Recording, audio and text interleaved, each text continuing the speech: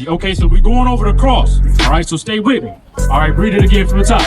What profiteth the graven image? It said, what profits the graven image? All right, read. That the maker thereof have graven it. Because you have to make that. If that was a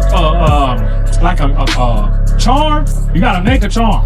You feel what I'm saying? You have to make that on your sweater. You have to draw it, you feel what I'm saying, and print it on your sweater. All right, read. So are you saying that The molten image No. and the teacher of lies. That's why, my sister, because it teaches us lies. It teaches us that this is Jesus Christ. And with this image in our minds, what does it teach? It teaches self-hatred. Every time I was just talking to my mother about this, that every time I pray, this white man keep popping up in my mind, and it's like fabrication. Exactly. This is not, that shouldn't be. You know what I'm saying? Right. Brainwashing. This is what I'm telling you. That's right. This is what the Bible is teaching us. Right. Us wearing the cross, from us thinking that this is Jesus Christ, it teaches us self-hatred. That's it teaches right. us not to like our natural woolly hair, our wide noses, not to like our women, to sleep with all the women and whore them out. That's what it teaches, to hate our brothers. You feel what I'm saying? That all comes from this image right here.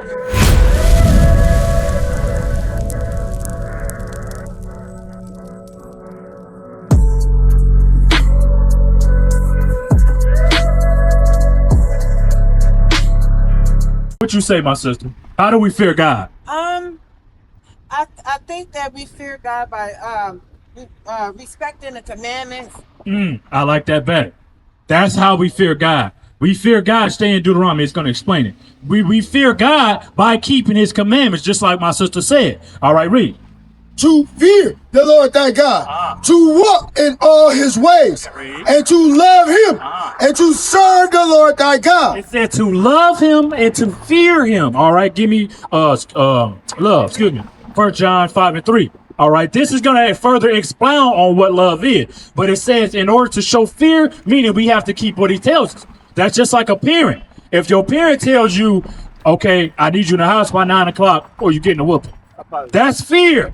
You're going to come in the house by 9 o'clock so you don't get that whooping. Or she may take your Xbox, your PlayStation from you. It's a judgment behind it. And it's the same way with God. All right, read. The book of 1 John, chapter 5 and verse 3. Let me ask you, how we love God? Yeah, how do we show we love God? By you start spreading the word? What you got, praise? What you got? How do we love God, my That's sister? our brother Mario right here. With all our heart and mind. How do you love? Mario, how we love God? I love him. I love him. You said you love Tell him him. how. Can you give God a hug? Yeah. Can you give him a If I pound? could- If I could, I would. I see, but you can't. So how do we love God? We being ready to read it. For this is the love of God, that we keep his commandments. Can we do what? Keep his It commandments. said that we keep his commandments, Mario. Yes. This is how we love God. It's an action word, my brother. That's just like if you say you love your father, your mother, you're going to do what they say. Yes. That show you love and you reference them. It's the same way with the Most High God. We have to show we love him by doing what he says. All right, is that it? For this is the love of God, that we keep his commandments. And his commandments are not grievous. It said that we keep his commandments, and his commandments are not grievous, meaning they're not hard to do. All right, Mario, what's some of the commandments of God? You know, my brother. You know they in you. You a smart brother. That's right. What? Obey, you know? Obey him, okay. Right. My sister, what's the commandment of God?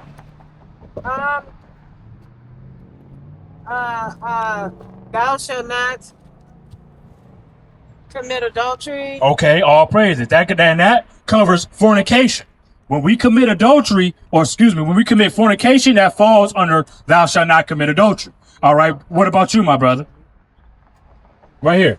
Tell me your name again. Naeem, what's the commandment of God?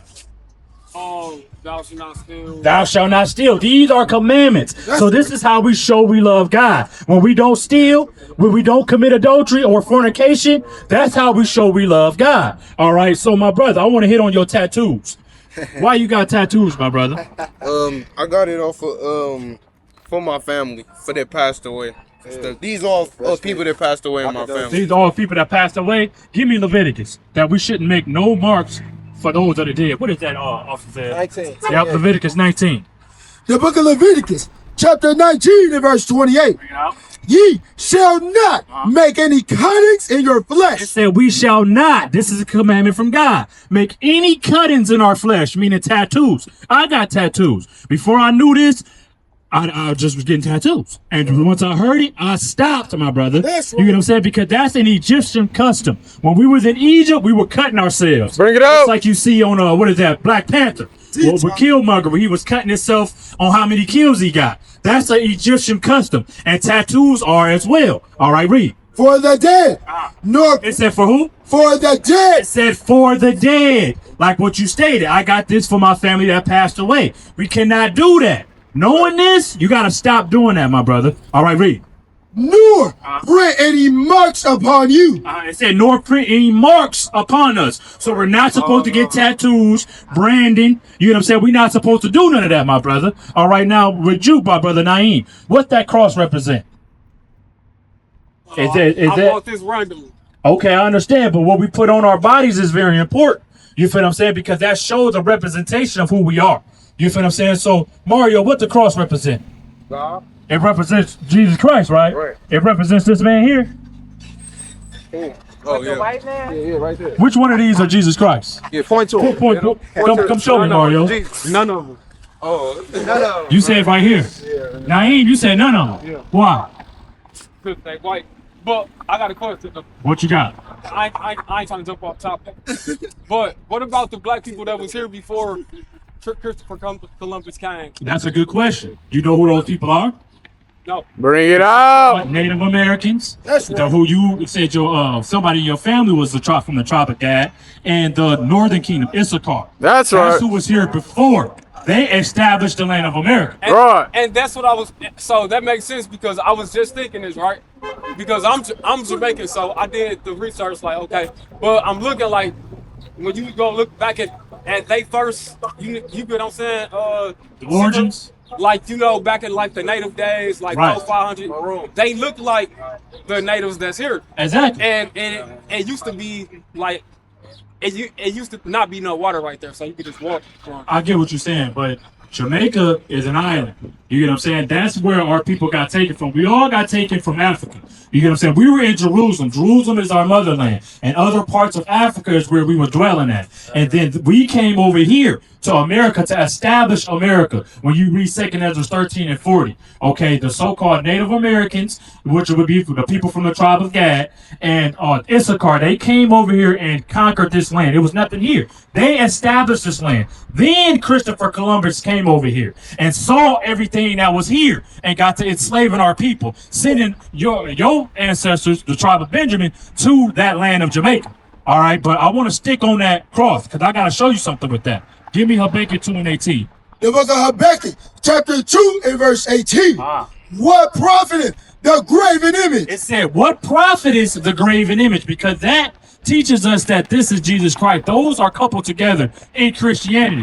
Whether you serve it or whether you believe it, that does not matter. It's still that spirit upon you when you wear that. That's right. All right, read. That the maker thereof have graven it. My brother right here, you following? What's your name, bro? Jesse. Okay, so we're going over the cross. All right, so stay with me. All right, read it again from the top. What profiteth the graven image? It said, what profits the graven image? All right, read. That the maker thereof have graven it. Because you have to make that. If that was a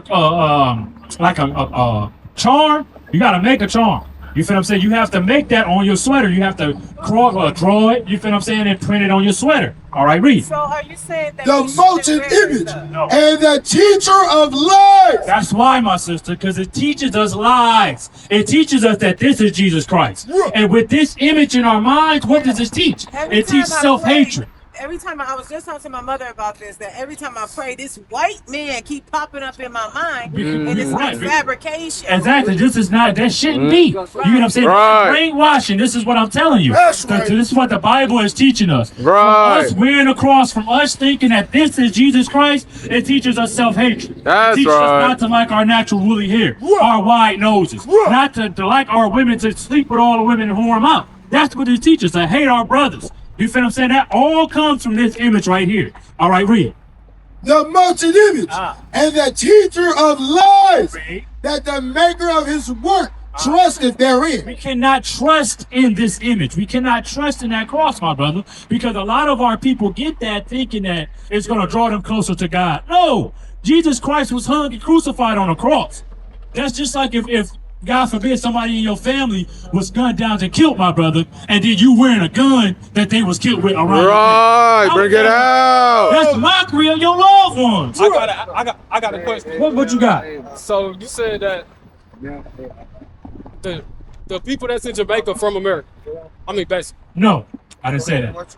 I said that they're from Africa and was taken to the land of Jamaica. You feel what I'm saying? That's where you get the slave trades. You get what I'm saying? You got the Atlantic slave trade. Look at the map, my brother. This is where we was coming from. You know. And then they were placing us all in these lands. Jamaica is in here. This is before Christopher Columbus. This is during Christopher Columbus. This is where we were being taken to. You get what I'm saying? So it wasn't no black people in Jamaica before Christopher Columbus. Before they took them. What you said it was no what? So it wasn't no black We was there already. in Jamaica. No, we were there. He came and enslaved us. Some of us went to these lands before we were enslaved. That's what But I'm they saying. came So they and could've enslaved been us. America. Right. No. The people from America were, like I told you, were these people. The tribe of Gad, the tribe of Issachar, that's who was over here. And Reuben. Those are so-called Native American Indians. So these are the lands that we were taken to. So In here, And then Jamaica, they escaped these Cuba, lands to we go were to North taken America? here. No, we came here first. Okay. Some of us did. Like I stated, those three tribes came here first. You feel what I'm saying? And then a lot of us was still here in these areas here. And we were taken and scattered into these other areas. Okay. That's the Atlantic slave trade. So And are it you- was a sub-Saharan slave trade as well. So are you saying that some people were not enslaved? Exactly, they wasn't. Okay. Not when before Christopher Columbus came over here and enslaved us. It's a documentary on Netflix called Sitting Bull. Check that out. That shows how the Native American was here, and when the so-called white people they were conquering New York, Boston, Virginia. They came from the East Coast, and then they made their way more west and got to conquering the western lands, meaning Wyoming, Montana, OKC. They made their way and started conquering and moving, pushing the Indians out, putting them on reservations and things of that nature. But do you think that for them to be able to do that it had to be one of us to help them out? It was, but give me Deuteronomy 28 and verse 15, because we have to understand it. Why did this happen? Why did God allow a great nation to be put in slavery? Bring it That's out. what matters, my sister. Of course, we had some traitors amongst us that deal with the white man to further induce us in slavery. But why did slavery happen? All right, read. Deuteronomy chapter 28 and verse 15. But it shall come to pass, if thou wilt not hearken unto the voice of the Lord thy God. So this is Moses speaking. He's speaking to the 12 tribes of Israel. Everybody you see on that sign. Just like I'm speaking to y'all, this is how Moses was speaking. And he's saying, hold on, my sister. He's saying something shall happen. This is future prophecy. All right, read. To observe, to do all his It commandments, said, if we will not observe to do all his commandments, my brother. All right, read.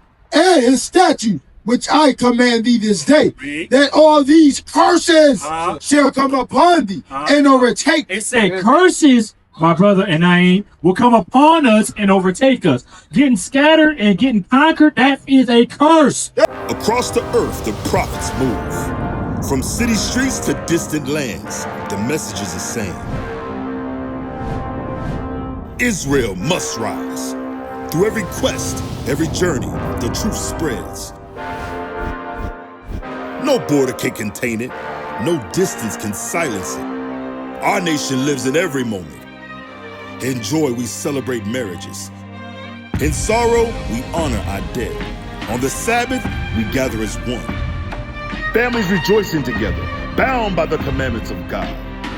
Yet are we tried. From the stones in Kenya to the hatred in Montana, we endure as a soldier of the Lord. And still, the mission expands. On the airwaves, on the screens, in every nation under heaven, Israel's voice is heard. We build our communities. We raise our children in royalty. We restore what was broken. We clean what was defiled. We show the world who we are.